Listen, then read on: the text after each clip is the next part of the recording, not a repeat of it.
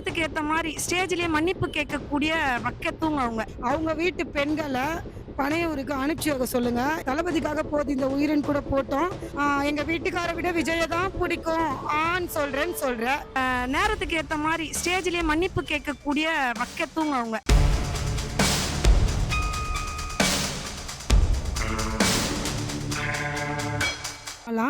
நாங்க தளபதி வந்து 3ஆம் ஆண்டு தொடக்க விழாக்காக வந்திருக்கோம். ஸோ நாங்க மகளிர் எல்லாரும் சேர்ந்து வந்திருக்கோம். உள்ள வந்ததுல ரொம்ப சந்தோஷமா இருந்தது. அண்ணனை பக்கத்துல பார்த்தது ரொம்ப ரொம்ப சந்தோஷமா இருந்தது.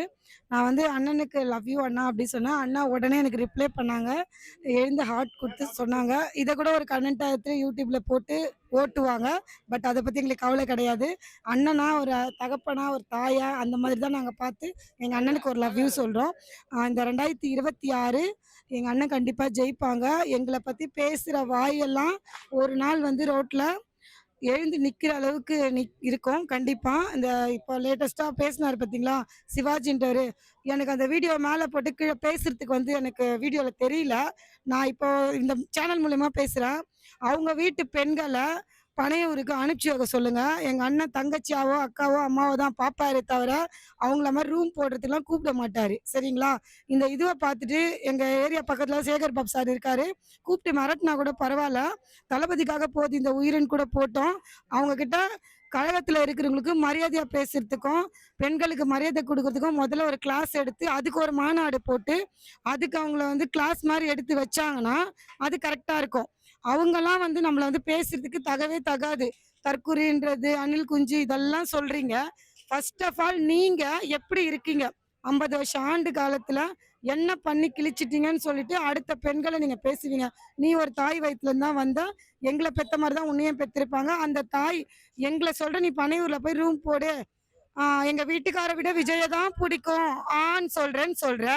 உங்க வீட்டுல இருக்கிறவங்கள போய் மனசை தொட்டு கேட்டா அந்த குழந்தைங்கள்ல இருந்து குமரி வரைக்கும் எல்லாருமே கேள்வி வரைக்கும் தளபதியை பிடிக்கும்னு சொல்லுவாங்க. உங்களுக்கு பயந்து வேணா சொல்லாம இருக்கலாம். அதுக்காக எங்களை வந்து நீங்க இந்த மாதிரி பேசக்கூடாது. அவருக்கு நான் சொல்லிக்கிறேன். அதே மாதிரி சாட்டை முருகன் அவர்களுக்கும் ஒன்று சொல்லிக்கிறேன். அடிக்கடி வந்து எங்க லைன்ல கிராஸ் ஆகுறது அவங்களுக்கு வேலை. ஏன்னா எங்களை பத்தி பேசினா மட்டும் தான் அவங்களால மேல வர முடியும். வேற வழி இல்லை. இத்தனை வருஷமா ஆண்டுட்டு இருக்கீங்க, என்ன பண்ணிட்டீங்க? எதுவுமே வாங்கல. ஒரு போஸ்டிங் வாங்கிட்டீங்களா? கட்சியில நின்று என்ன கழிச்சிங்க? அரசியல் பேச தெரியாத எனக்கே உங்களை பத்தின போயிச்சு தெரிஞ்சிச்சு. நீங்களாம் எங்க அண்ணனை பத்தி பேசுறதுக்கு தகவே தகாது. ரொம்ப சிறப்பா இருந்துச்சு. தளபதி முகத்தை பார்க்கணும்னு சொல்லிட்டு நாங்க ரொம்ப ஆவலா காத்துட்டு இருந்தோம். இந்த டைம் வந்து நாங்க ரொம்ப பக்கமா பார்த்தோம். அது எங்களுக்கு ரொம்ப சந்தோஷம். எனக்கு வந்து உங்க சேனல் மூலயமா ஒரு சின்ன விஷயம் மட்டும் சொல்லணும்ட்டு ஆசை.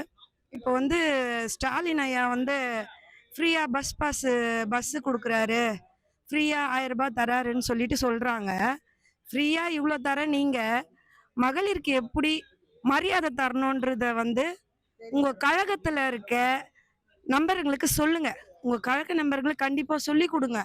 ஏன் சொல்லிட்டேன்னா, ஒருத்தர் சிவாஜி கிருஷ்ணமூர்த்தி என்றவரு பெண்களை அவ்வளோ இழிவா பேசியிருக்காரு. உங்க வீட்லயும் பெண்கள் இருக்காங்க தானே? உங்க வீட்டுல இருக்க பெண்களை பேசுனா மட்டும்தான் அது பேச்சா? அது எங்களெல்லாம் பேசுனா பேச்சு கிடையாதா? ஒரு நல்ல மனுஷனை தான் நாங்க தேர்ந்தெடுத்து வந்திருக்கோம் இந்த இடத்துல. புதுசா வந்தவங்க யாருமே கிடையாது. எங்க மக்கள் இயக்கத்துல இருந்து வந்தவங்க எல்லா மகளிருமே அப்பத்துல இருந்து ரசிச்சு வந்த மக்களுங்க. அதனால அவர் முகத்தை பார்க்கறதுக்கு ஒரு ஆசையா சொல்லுவாங்க. அதை நீங்க இவ்வளவு இழிவா பேசுறீங்க.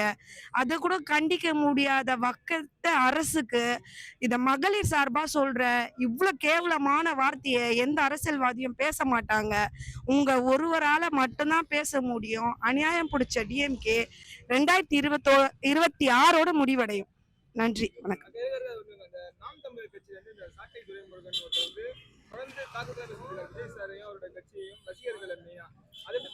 எப்பா அவங்க சரியான மாத்தி கட்சிப்பா.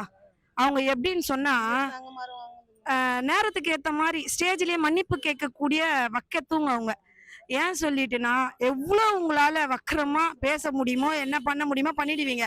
அதுக்கப்புறம் தம்பின்றீங்க, அப்புறம் அண்ணனுவீங்க. கேவலமான உங்களை பத்தி கேட்டா எப்படி பதில் சொல்றது?